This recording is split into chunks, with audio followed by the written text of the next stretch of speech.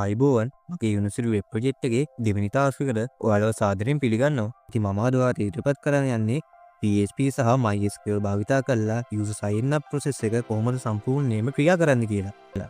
ඉතින් කලින් වීඩියෝ එකේදී එහෙම නැත්නම් ටාස්ක් 1 එකේදී මම ඔයාලට පෙන්නුවා sign in සහ sign up content එක සහ code base එක. ඉතින් අද අපි කතා කරන්න යන්නේ ඒකේ back end part එක. හොඳයි දැන් මේ මම ඕපන් කරන් ඉන්නේ මගේ Visual Studio Code කියන ID එක. ඉතින් ඔයාලට පේනවා ඇති මම හදාගෙන තියෙන මගේ folder structure එක. කලින් ඔයාලට මතකයි කලින් තිබ්බේ index.html සහ script.js සහ style.css තුන විතරයි. දැන් අලුතෙන් මම create account process.php out.js සහ connection.php කියන අලුතෙන් ෆයිල් තුනක් create කරන් තියෙනවා. ඉතින් දැන් අපි බලමු මේ ෆයිල් තුන කොහොමද වැඩ කරන්නේ සහ ඒවේ ක්‍රියාකාරීත්වය කොහොමද වෙන්නේ කියලා. මේ ගැන කතා කරන්න කලින් මුලින් ඔයාලට මගේ MySQL database එක සහ ER diagram එක ගැන පෙන්නන්න. හොඳයි. මේ මම ඕපන් කරන් ඉන්නේ මගේ MySQL workbench එක. මුලින්ම මගේ database එක වෙන SQL project එක මම ඕපන් කරන්නම්. ඔයාලට පේන ඇති මගේ database එක.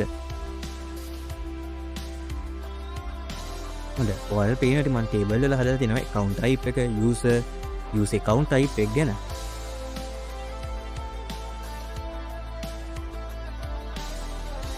මේ දෙක ගැන කතා කරොත් මේ දෙක අතර මෙන්න සම්බන්ධතාවයක් තියෙන්නේ. user has account type එක කියන table එක හරහායි ඒ වගේම මේකේ account type එකට seller සහ buyer කියලා මූලික data ඇතුළත් කරලා තියෙනවා. ඔයාලා මම කලින් පෙන්නා වගේ string එකේ තියෙන seller සහ buyer කියන දෙක ඇඩ් කරන්නේ මේ. හරි. එහෙනම් අපි මේ ER diagram එක බලමු.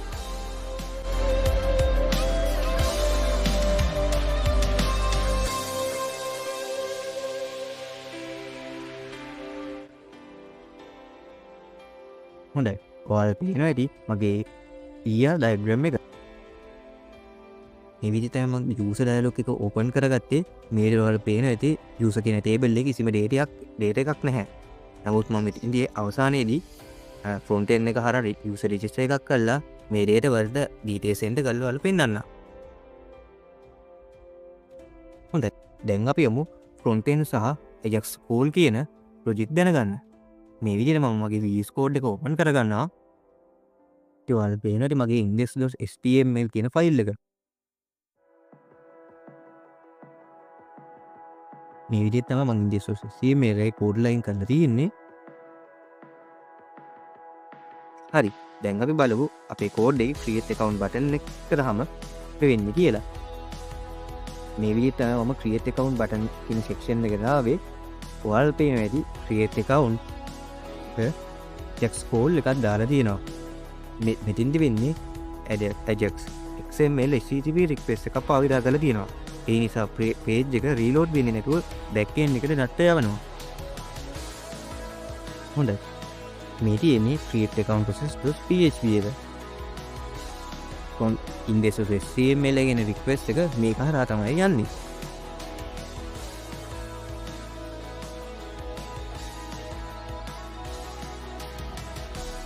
කියන කිව්වොත් back end එකේදී මම මුලින්ම server side validation එක කරනවා. මෙතනින් වැදගත්ම දේ තමයි security එක. මේ password hash භාවිත කරලා user ගේ ආරක්ෂාව encrypt කරනවා. ඒ වගේම connection.php එකේ මම prepared statement භාවිත කරලා තියෙනවා. මේකෙන් SQL injection වලින් project එක ආරක්ෂා වෙනවා.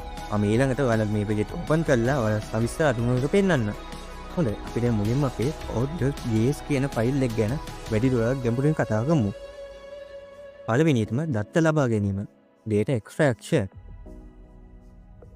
මෙහිදී document.getElement id වලින් value එකක් පාවිච්චි කරලා user type කරන data JavaScript වලට ලබා ගන්නවා.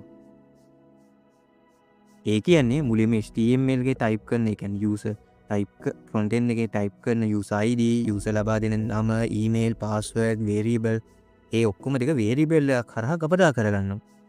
එහෙනම් මේ ඔක්කොම data ටික variable වලට ගබඩා කරගන්නවා. මෙතනදී account type එක සහ terms and conditions checkbox එක වෙනම check කරලා තියෙනවද කියලාත් අපි බලනවා. ඊළඟට අපි කතා කරමු මුල් අධීරේ පිරික්සුම් front end validation. ඒ කියන්නේ data back end එකට යවන්න කලින් browser එක ඇතුළේදීම පරීක්ෂා කිරීම. මේ ගැන කිව්වොත් එහෙම යූසර් ටයිප් කරන හැමදේම බෑක් එන්ඩ් එකට යවුවොත් එහෙම බෑක් එන්ඩ් එකේ සහ සර්වර් එකේ කාලය නිකන් නාස්ති වෙන එකයි සිද්ධ වෙන්නේ. ඒ නිසා අපි බ්‍රවුසර් ඇතුළේ නිවැරදිව වැඩ කරනවද කියලා බලනවා. එනම් empty field, password length, password එක match වෙනවද? වගේම අකුරු අට අඩු නම් ඒ වගේ දේවල් එතනදිම චෙක් කරනවා. චෙක් කරලා front end UI එකේදී message එකක් පෙන්නනවා user. form data සහ Ajax. මේක තමයි අපේ ප්‍රොජෙක්ට් එක bridge එක විදිහට භාවිතා කරන්නේ. එහෙම නැත්නම් පාලමක් විදිහට භාවිතා කරනවා. front end එක සහ back end එක අතර. ඉතින් සරලව කිව්වොත් මෙතනින් තමයි නියම මැජික් එක වෙන්නේ. page එක refresh වෙන්නේ නැතුව data server එකට යවන තාක්ෂණය මේකයි. ඉතින් අපි මේක එකින් එක කතා කරමු. form data. අපි form data object එක හදලා ඒක අපේ data දෙක append කරනවා. මේක හරියට server එකට යවන්න කලින් ලෑස්ති කරපු parcel එකක් වගේ. ඊළඟට XML HTTP request. මොකක්ද මේ XML HTTP request කියන්නේ? ඒ කියන්නේ object එක පාවිච්චි කරලා anonymous ක්‍රමයට backend එක සම්බන්ධ වෙනවා. ඒ කියන්නේ user page එකේ ඉතිරි වැඩ කරන ගමන්ම පසුබිමේ දක්ත register කරගන්න පුළුවන්. ඒ කියන්නේ user නොපෙනීම මේ register ක්‍රියාවලියේ background එකේ සිද්ධ වෙනවා. response handling හෙවත් ප්‍රතිචාර හැසිරීම. ඒ කියන්නේ server එකේ ලැබෙන පිළිතුර අනුව user පණිවිඩ පෙන්වන ආකාරය පැහැදිලි කරනවා. ඒ response handling වලදී මේ ක්‍රියා කරන ආකාරය ගොඩක්ම වැදගත්. අපි එනම් බලමු user හරිම දේවල් දීලා ඒ කියන්නේ අවශ්‍ය දේවල් දීලා register එක success වුණොත් ඒක success case එකක් විදිහට වෙනවා. ඒ කියන්නේ success කියලා පිළිතුරක් content එකේ පෙන්නනවා. උදාහරණයකට user name එක, last name එක, email password එක හරියටම දීලා check box දීලා මේ දේවල් කරලා පස්සේ registration success කියලා message එකක් පෙන්නනවා. අසු set time out එකක් පාවිච්චි කරලා තියෙන හින්දා තප්පර දෙකකින් page එක reload වෙනවා. මම මේ දේවල් ඔක්කොම සජීවීව අර content එකේ පෙන්නන්නම්.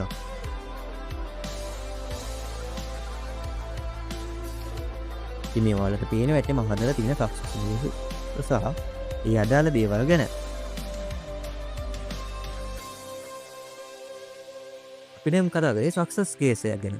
නමුත් user මොකක් හරි වැරද්දක් හෝ යම්කිසි අඩුපාඩුවක් තිබ්බොත් එහෙම මොකද්ද පෙන්වන්නේ? මේක වැටෙන්නේ error case ගණේට.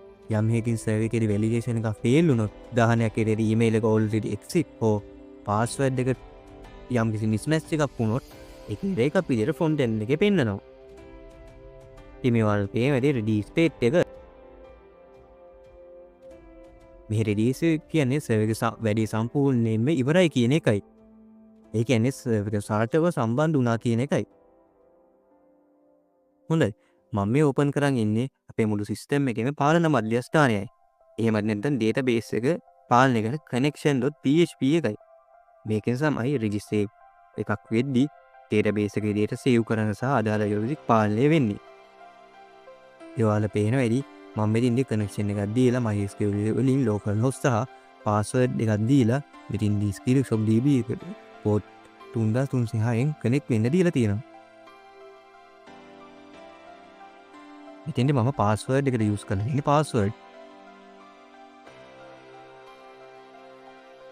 හොඳයි අපි දැන් මේ කතා කරේ connection එක ගැන. එහෙනම් අපි දැන් බලමු static class සහ connection එක ගැන. මෙහිදී database නමේ static class එකක් භාවිත කරලා තියෙනවම ඒ කියන්නේ get connection function එක මුළු project එකටම MySQL connection එකක් ලබා දෙනවා.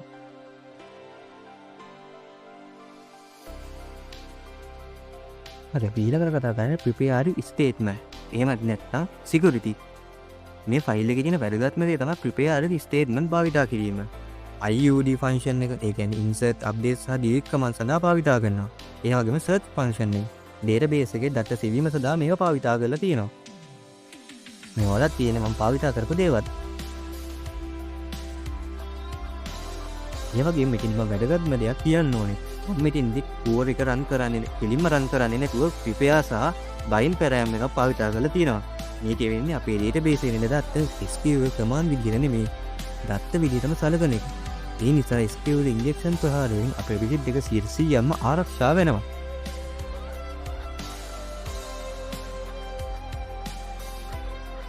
මේ පිළිවෙලට ආවේ create account process.php එකට. එහෙම නැත්නම් අපේ මේ සිස්ටම් එකේ මොලේ විදිහට භාවිත කරන ෆයිල් එක. ඇයි මම එහෙම කිව්වේ? මේ ෆයිල් එක තමයි අපේ රෙජිස්ට්‍රේෂන් එක සම්පූර්ණයෙන්ම ලොජික් එක පාලනය කරන්නේ. ඒ කියන්නේ ලොජික් ඔක්කොම තියෙන්නේ මේ ෆයිල් එකේ. හොඳයි අපි දැන් බලමු මේ ලොජික් එකකින් එක මොකක්ද සහ ඒවෙන් මොනවද වෙන්නේ කියලා. validations. මේ මුලින්ම first name, last name, email, password, account type වෙනි සියලුම දත්ත පරීක්ෂා කරනවා. email එකේ දිග සහ නිවැරදි බවට field lock validation විශේෂයෙන් මෙහිදී බලනවා. ඒවල් පේනවාද මම මේ කෝඩ් කරලා තියෙන විදිහ. email එක තියෙනවද? ඒ අදාළ දේවල්. ඒ වගේම වැදගත් අංශයක් තමයි password hash. ආරක්ෂක password hash භාවිතා කරලා තියෙනවා. ඒ කියන්නේ password එක database එකට යන්න කලින් encrypt කරනවා. ඒ වගේම email verification එක. එකම email එක දෙපාර register වෙන්න බැරි වෙන්න database එකේ search එකක් දාලා තියෙනවා. ඒ කියන්නේ already email එක database එකේ තියෙනවා නම් register වෙන්න දෙන්නේ නැහැ. ඒ වගේම තමයි two step data insert. මුලින්ම data user table එකට ඇතුළත් කරනවා. පසු insert ID එක පාවිච්චි කරලා අලුතින් හැදුණු user ගේ ID එක අරගෙන user has account type table එකට role සහ ඒවා ඇතුළත් කරනවා. ඒ වගේම තමයි මම මෙතන password hash වලට password default කියන algorithm එක පාවිච්චි කරලා තියෙනවා.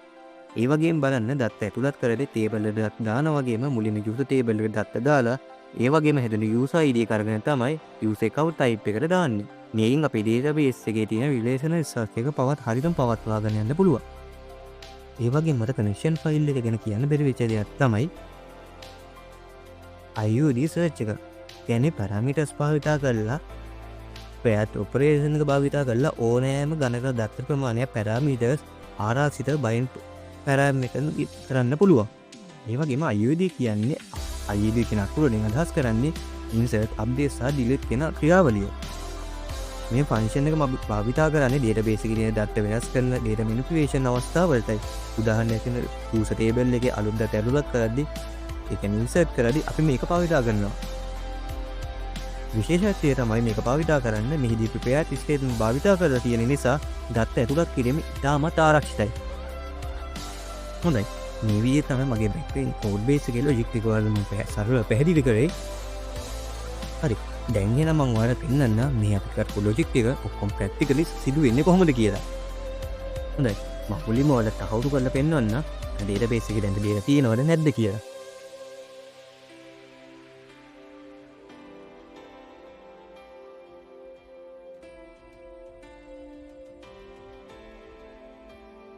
ඔයාලට පේනවාද මේ විදිහේ කිසිම data එකක් මගේ database එකේ නැහැ. දැන් මම front end view එකේ register එකක් කරලා පෙන්නන්න මෙතන data apply වෙන විදිහ. හරි මුලින්ම front end view එක ගන්න මම මුලින්ම localhost වලින් server එක start කරන්න.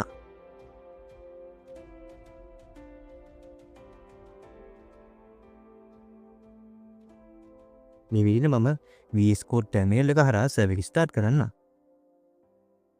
හරි දැන් server එක start වුණා. මම ඔයාලට web browser එක හරහා දැන් ඔයාලට මම පෙන්නන්නම් කොහොමද ඒක register එක success වෙන්නේ කියලා. හොඳයි මට මම හිතනවා ඔයාලට පේනවා ඒක තමයි මගේ web browser එකේ තියෙන front end UI එක. දැන් අපි මුලින්ම කිසිම data එකක් enter නොකර බලමු create account දැම්මාම all fields are required කියන message එක එනවද කියලා. ඔව් ඔයාලට පේනවා ඉතින් all fields are required කියන message එකක් පෙන්නනවා.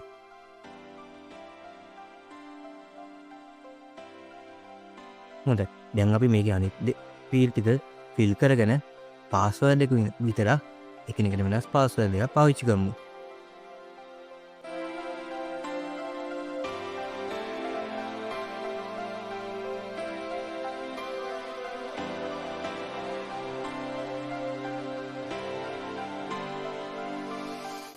ඔයාලට පේනදී මම අකුරු 4ක password එකක් විතරයි type කරගත්තේ.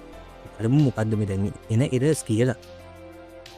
ඒ වල පේනදී password මල්ලි is then 8 characters කියලා පෙන්නනවා. දැන් අපි බලමු එකිනෙක වෙනස් password එකක් දාලා මොකද වෙන්නේ කියලා. දැන් මම මුලින්ම මගේ පළවෙනි password එක අංක 8ක් කරගත්තා. දෙවෙනි password එක මම 8ක් කරලා පුඩි වෙනසක් කරනවා.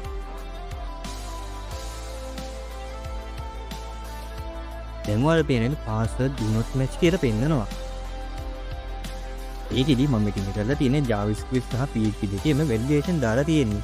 ඒ නිසා user වැරදි දත්ත ඇතුළත් කරලා system එක එකපාර ගන්නෙ නැහැ.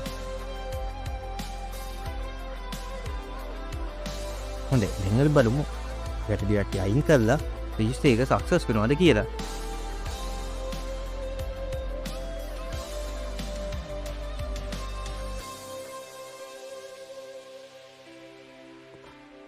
ඔව් register එක success වුණා. ඔයාලා පේන registration එක success කියලා message එකක් ආවා.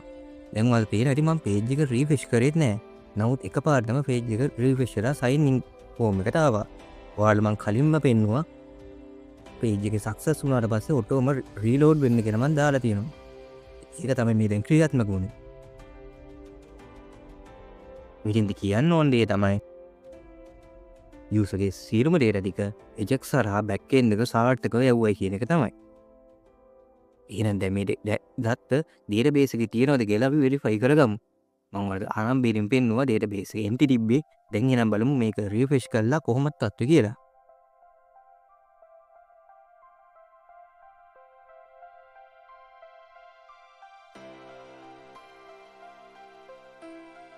හරි දැන් මම database එකට log වුණා. දැන් එහෙනම් අපි database එක refresh කරලා බලමු data add වෙලාද කියලා.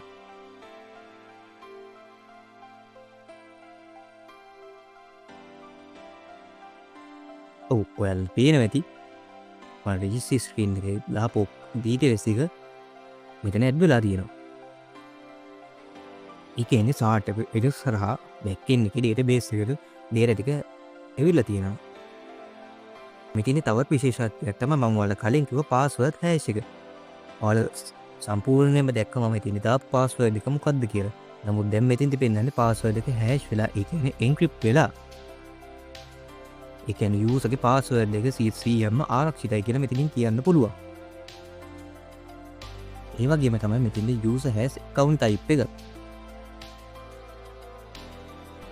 ඔයාලා පේනේදී user type එක කියලා පෙන්නනවා. ඉතින් user ID එක කියලා පෙන්නනවා user verification ID එක. ඒ වගේම user type එක කියලා පෙන්නනවා. ඒ කියන්නේ user register වෙද්දිම එයාට වලගත account type එක මේ table එකේ save වෙලා තියෙනවා. මේකෙන් අපේ relational database එක සම්බන්ධතාවය තහවුරු වෙනවා. හොඳයි. ඒ වගේම මම ඔයාලට දෙයක් පෙන්නනවා. මේක අපි කරපු සීලුම දේවල් අපේ server එකේ වෙලා තියෙන දේවල් ඔයාලට පෙන්නනවා. මේ තියෙන්නේ අපි ස්ටාර්ට් කරගත්ත local server එකේ details.